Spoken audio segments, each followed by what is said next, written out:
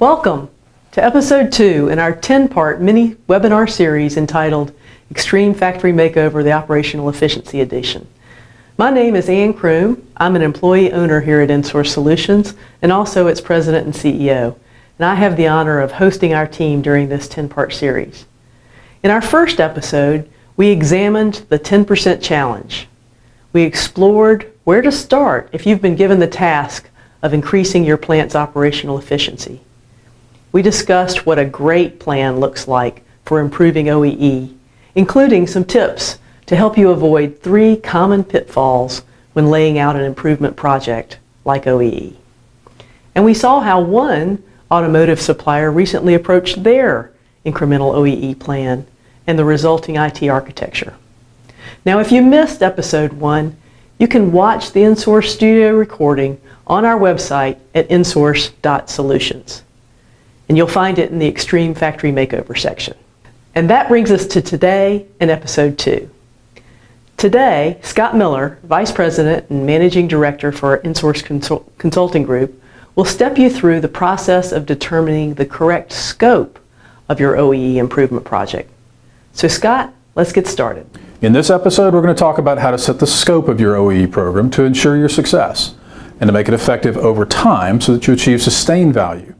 Now, that requires more than a cursory look and effort at the entire scope that's needed. It involves looking at not just the technology, but the direct and indirect processes the technology will support, and the range of people that will contribute to the integrity of the data, and finally how they're going to use it. Now that sounds complex, there's a lot to it, but we can show you how to simplify it by spending a little bit of time on scope. Actually, the first part of scoping is to answer what we're focusing on. Having a specific target is important, like 10% or greater increase in efficiency in our production operations, and we've made the decision to use OEE as a metric. Now that's enough to get us started.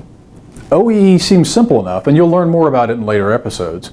Its ease of explanation, though, belies the complexities involved in deploying it, such that your organization actually realizes the improvements you're seeking. The very reason it's a good choice for driving performance is that it takes into account nearly all the factors that affect overall performance. Now that's good, and it can be bad if it's not designed to be utilized properly. As you're considering scope, you need to ask whether you'll be satisfied to achieve that win at some point in time and see it go away, or if you want to achieve it and build on it. No, seriously, 60% of failed implementations were due to the lack of planning for how the results were integrated into the day-to-day operations and made part of reinforcing performance over time. OEE is a subset of available data that is structured into information and made accessible, then reinforced through effective review and action. It will bring value. It will improve operational efficiency. But OEE starts as just data. So let's start with how to make data into something that generates value. We like to use this value versus data chart to demonstrate the value proposition. Now, data are out there for the gathering. OEE is a great example. If you've invested in a production line, then its OEE data are immediately available for the gathering. To gather that data, we invest time and effort in collecting and putting it somewhere we can look at it. We call that acquiring the data. Many manufacturing organizations start their OEE journey by collecting downtime manually on paper, or maybe in a spreadsheet or a simple database. And that's great, but at that point it's just another cost. There's really no value that's been generated. We call it acquiring it. Then we spend some time making it accessible. Where was it collected? When was it collected? Who collected it? Maybe adding a selection list with causes, and then putting together a chart that people can look at. So now we might have a report that someone can view. Again, a little more investment, and let's be kind though. Let's say the developer and maybe 1 or 2 of the other people that are involved in it start to look at it and spark some interest. So we'll attribute some value. They've done something, get some value out of it. The reality though is that until someone reviews that information and does something with it, the value is still negative. Taking action is what generates the value. So hopefully we're at least in the positive ROI range. And yet the real value is achieved by integrating the potential for action so it's taken consistently across the organization. That gap that you see, the difference, and it's realized after we've spent the money to deploy it, is made by taking some time to properly scope the program from several different perspectives at the beginning. You know, for any type of solution deployment, we challenge folks to consider where they are on a maturity matrix when looking at scope. The one we use looks at 4 key areas: people, process, technology, and discipline execution. Those are the 4 categories that are on the left side of this grid. If you read it from left to right, that represents increasing maturity. Now, it doesn't mean the organization is good or bad based on where they fall, and as you'll see by the end of the series, it reflects that as an organization moves effectively from left to right, they're becoming more productive and more profitable. The first 3 areas in our left column probably seem pretty self-explanatory. but let's take a couple of minutes to consider them. And since you're listening to this series, and it's presented by a technology company, you might think we'd start with technology, but we're not. People and process actually provide significant insight on the scope of the technology that's required. So let's start with people. Your people are who will help you characterize and then consume the new OEE information that results from your project. There are some things you need to know about them. Let's start with who will help shape the data. The core data collected for OEE are primarily events and durations, which are valuable.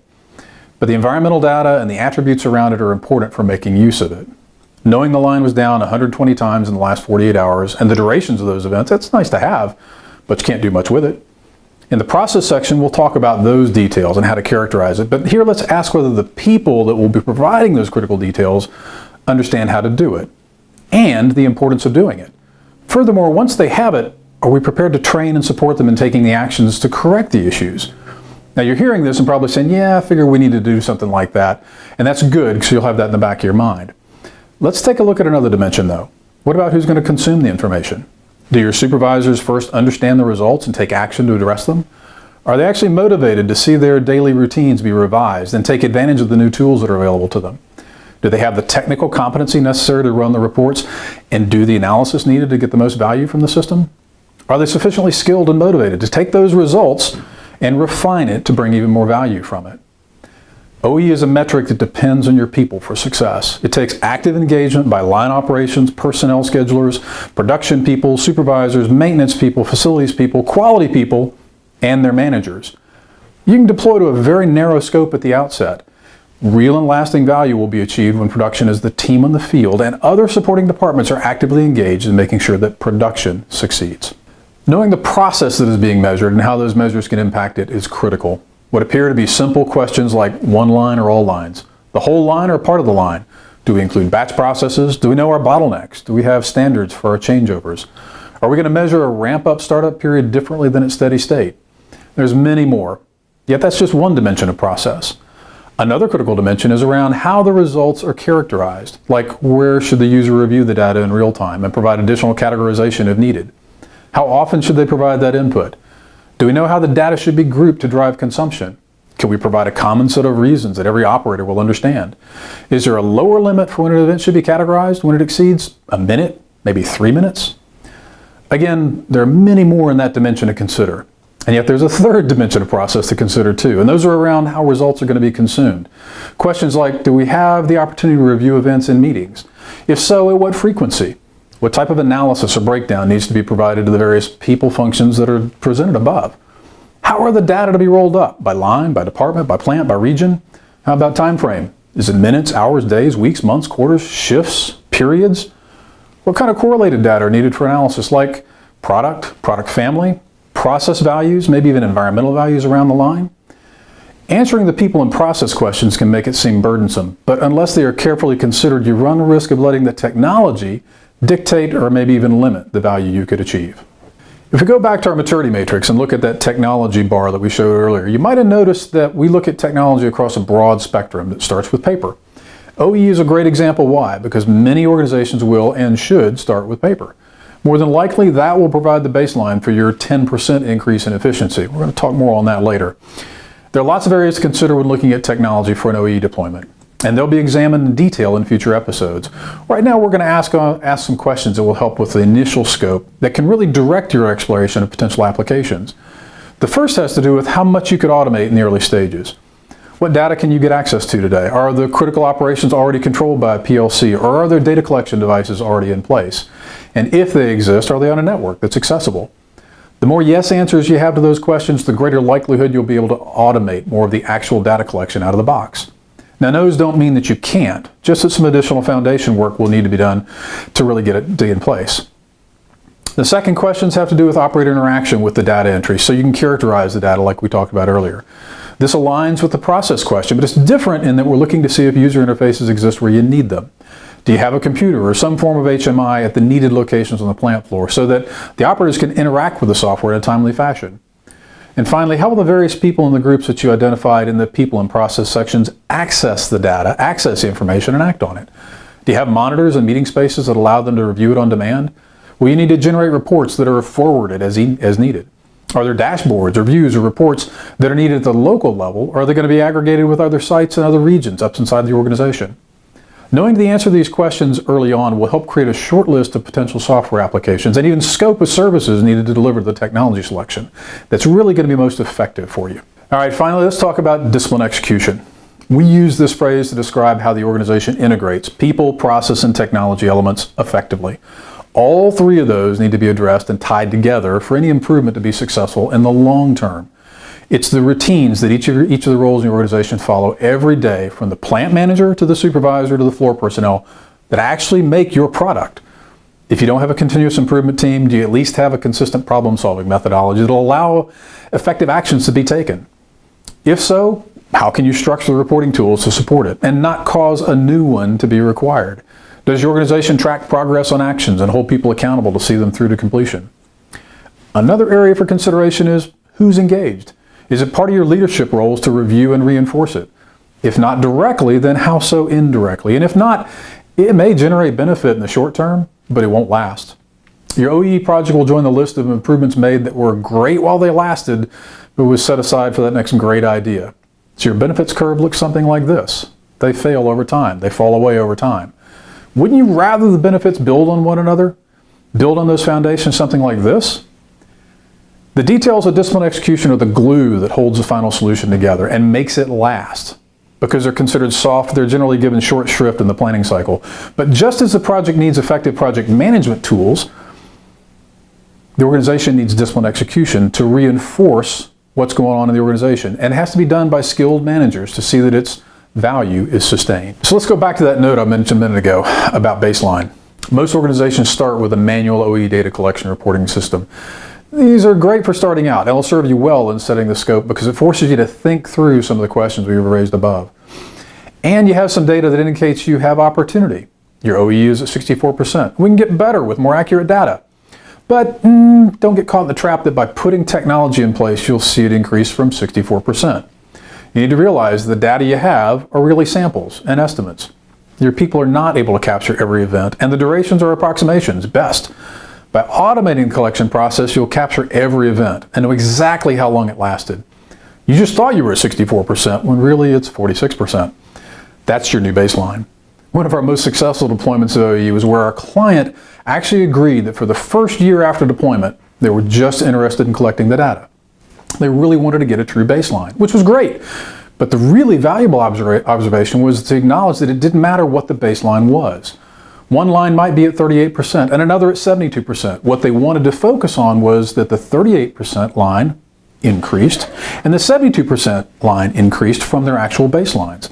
So in year 2, we start with, if you agree that you're at 38% on this line, what are you going to do to get it to 45? And if you're really at 72% of that line, what are you going to do to get to 74%? It's really not about the number. It's about the number relative to what it can become.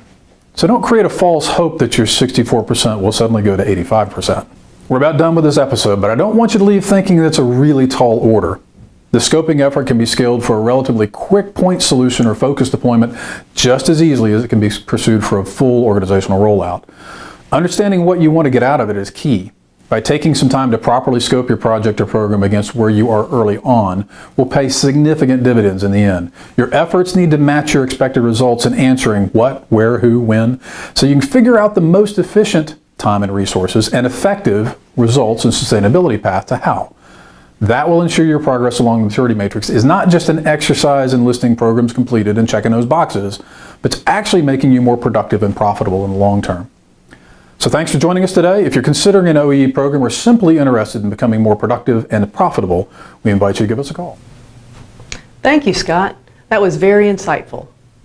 You know, the world of digital manufacturing is constantly changing, and I honestly learn something every time we talk about the productivity challenges facing today's manufacturers. Now, as a super quick recap, in this second episode today, we hope you heard from Scott a few key messages when it comes to determining the scope of your OEE engagement. Number 1, remember that your scope must be derived from your specific and measurable objectives. Number 2, your success will largely depend on more than just collecting the data, and that data is not one-dimensional. Scott gave you a number of things to make sure you consider. And number 3, you need to make sure you have a good baseline. And you need to be honest with yourself and your team about that baseline in order to sustain engagement. Well, that's it. We hope you'll join us again next week for episode 3, where our topic is, how much does an OEE project cost?